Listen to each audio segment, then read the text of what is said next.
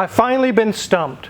I don't know what the hell is wrong with this car. I don't get it. It's time for you guys to help. Let's get started.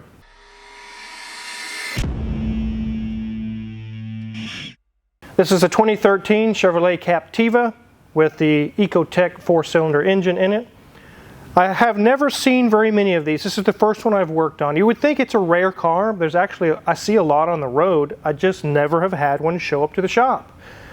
The first one that ever shows up to the shop, and I don't know what to do to figure out what's wrong with it. It's crazy, guys. The story behind it is even crazier. But before we dive in, let's take a quick peek around this Captiva. So you're not in an amusement park ride. It is tilted. It does have a jack holding up the other side. But this is the front of this Captiva. It looks very similar to a lot of other cars on the road. It does have some foggy headlamps. It has some 5-spoke aluminum wheels that are, I think they're polished or chromed. I'm not sure what they are. But they are some 17s.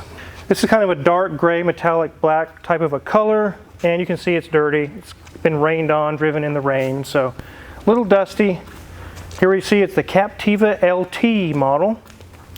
It's not beat up or rusted though. It's in decent shape. Let's go ahead and hop under the hood. Here's our Ecotec 4-cylinder engine. And if you look around it, it looks like it might be possibly brand new. It's all shiny and brand new. And that is because it is brand new. It is the third brand new engine that's been put into this vehicle. The first engine blew up. The customer didn't give me the details, but said it completely blew up. And they've been through some issues with the engines where they're ticking and knocking, and this was done at a dealership. And finally they get to this third engine, and it runs okay, but it has an issue we'll talk about here in a minute. I cannot figure out what is wrong. But again, this engine has low miles. It is a brand new 2.4 Ecotec with a new ECM as well. Before we dive into what's going on and why we can't figure out what's wrong, Mrs. Wizard will show you guys around the interior. I haven't seen very many Captivas, so it's interesting to see what it looks like. There you have it, ladies and gents, 171,350 miles. And, well, I can't say that for this engine because it's new, but okay. Gauge cluster's looking really nice. Our dash, good condition. I don't see anything really bad happening there. Looks like they've got a nice speaker grill up here as well. We have some round HVAC vents with a rather simplistic radio system there. Simple to use HVAC controls, got a few creature comforts in there, some heated seats. Looks like we have just single climate control in here, not dual zone. Have our gear selector below that, and okay, well, we also have a can of fire extinguisher. Apparently when test driving this car, they want to make sure they are extra safe. Looks like they have included one item that is broke, and that is the door handle. Let's go ahead and pan to our driver's door. Yes, this little bitty nubbin makes it really hard to get in and out right now, so they have supplied a new handle so it makes it a little bit easier. At least you don't have to put down the window and open it that way. As we look at our center section, we have a nice small armrest that can open up, and oh good, there's the other half of that door handle and a nice little wrench in there as well. So okay, so they've kept the broken carnage as well. As we get to our seats, they are in ivory leather, have a little bit of bolster on the side, but everything is looking really nice over there. Have some of that ivory also continuing on to our door panel. The back seat's looking really nice, has the armrest down, which provides 2 additional cup holders for the people in the back seat. Nice cargo area in the back, and our headliner is in good shape, nothing is sagging. Here we are back at our steering wheel. We've got our bow tie in the center. We've got simple buttons on the side with just a couple of rocker toggles on each side as well. So enough of this interior talk. I'm really curious what's going wrong with this and why can't the Wizard figure it out? So what is wrong with this third engine? It drives perfectly fine. It'll go around, drive all day, no trouble, no issues. Really, the issue only happens at wide open throttle, 3/4 to wide open for sure. And at that point, like you're trying to pass someone, you put the pedal to the metal, cylinder number 4 will miss out. It'll start misfiring badly. It'll actually make the check engine light come on and specifically say cylinder number 4, misfire.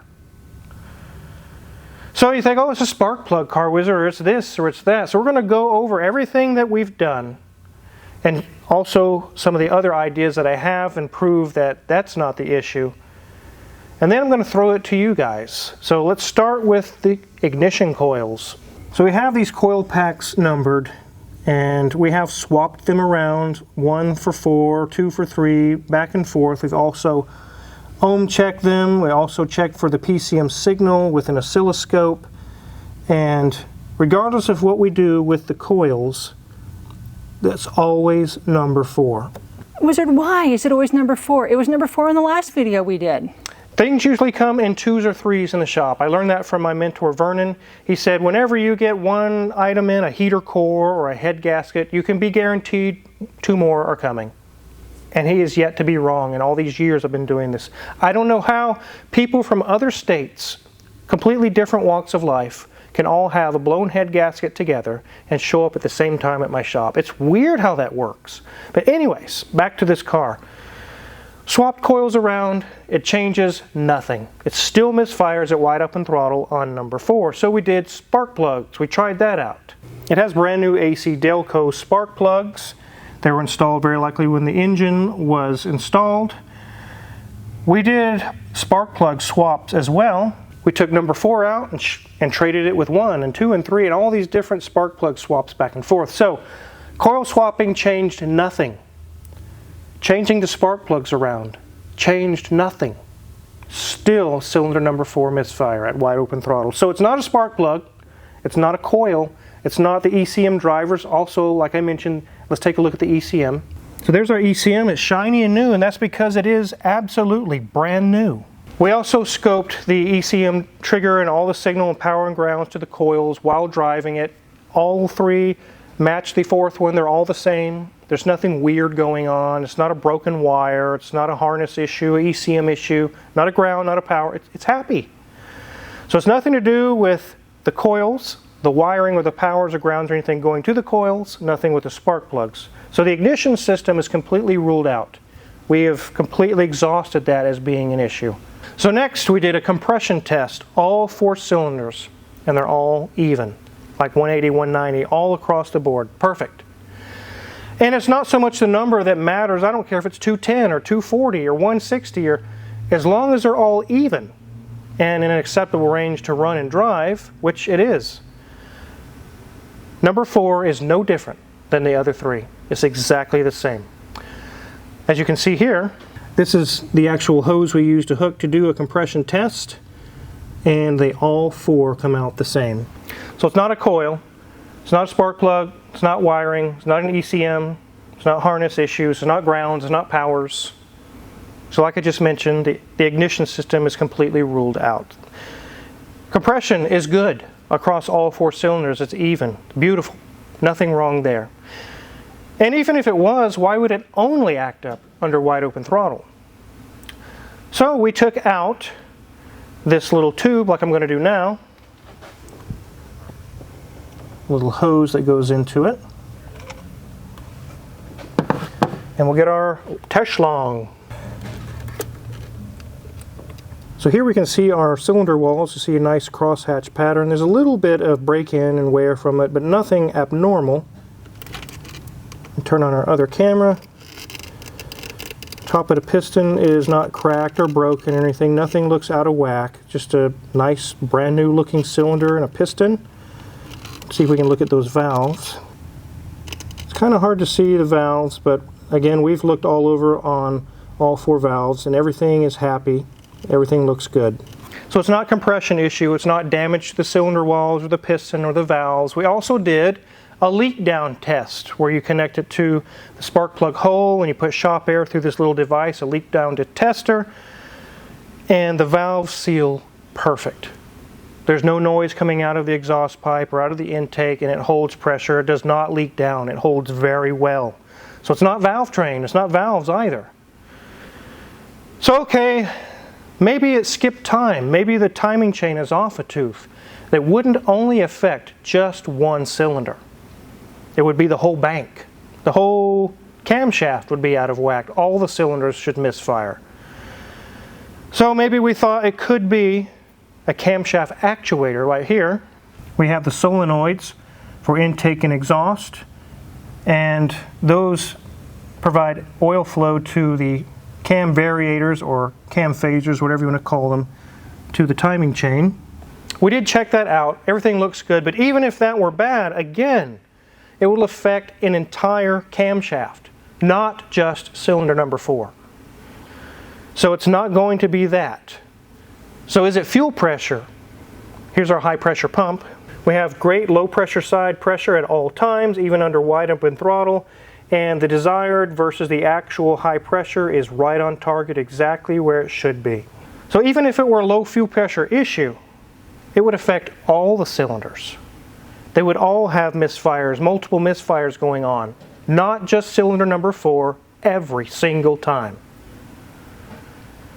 And again, like I mentioned, the pressures are great. We monitor it while we're driving with a scan tool. It's never where it shouldn't be. It's exactly where it should be. So the high pressure and the low pressure side are fine. They're happy.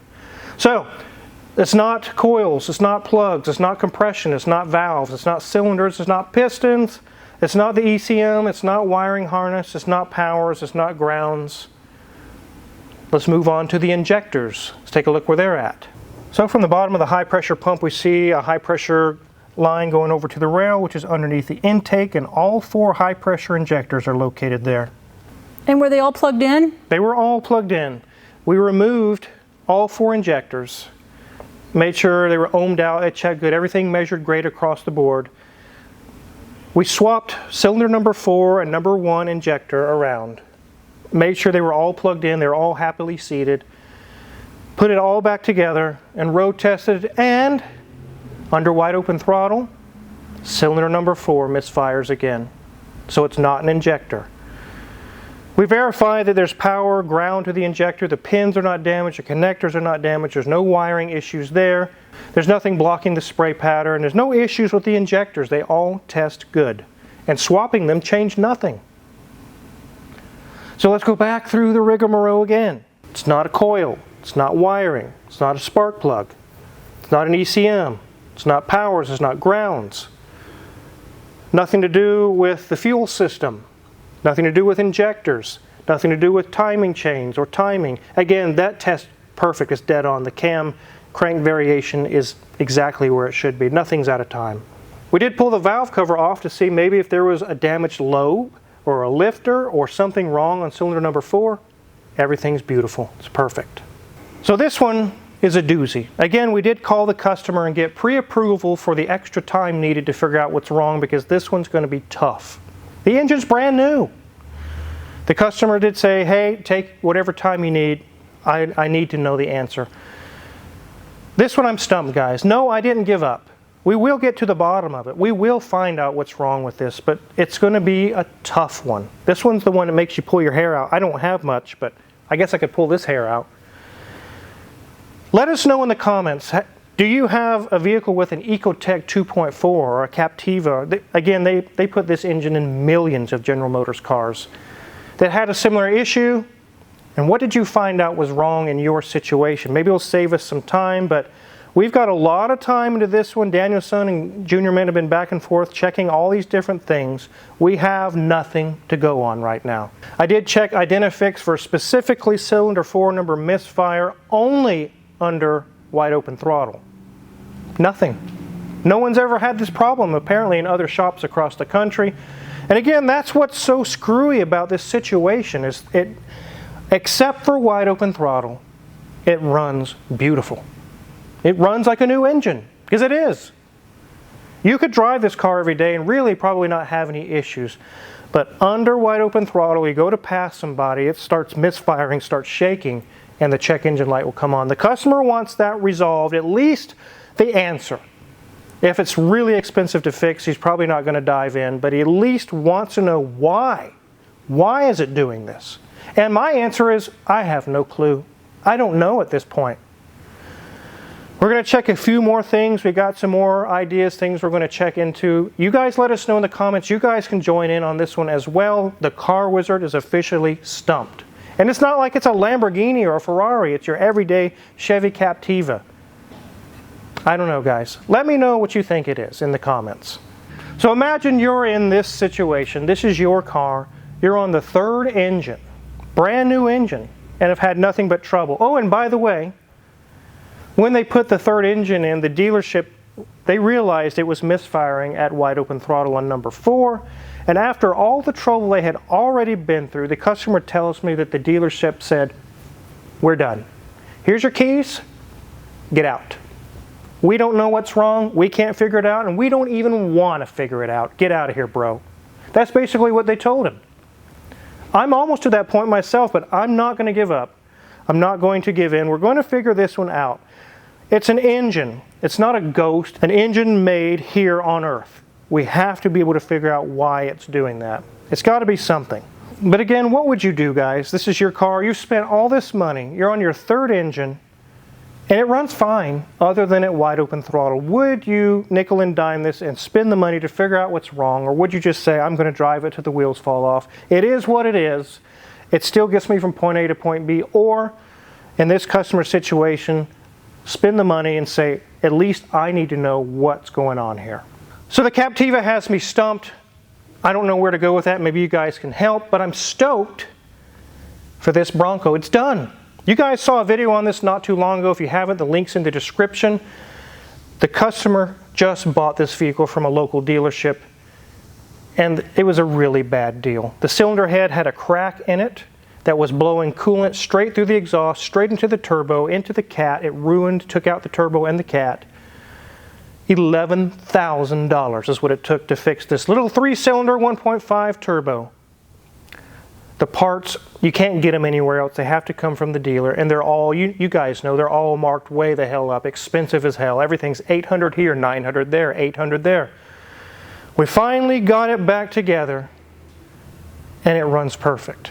So, definitely want to give you an update on the Bronco. This one did not stump us. We found exactly what is wrong with it. The customer is so happy. They're not happy to spend the money. And I totally get it. They just bought this thing and they have to sink 11 grand into it. But they are happy that it's up and running, ready to go. Now, how long will it last? If there's manufacturer defects in the parts, I don't know. We do have a 1-year warranty, 12,000 mile here at Omega. We will cover that. But if the head was bad from a manufacturer defect, the old one, hopefully this one isn't that way.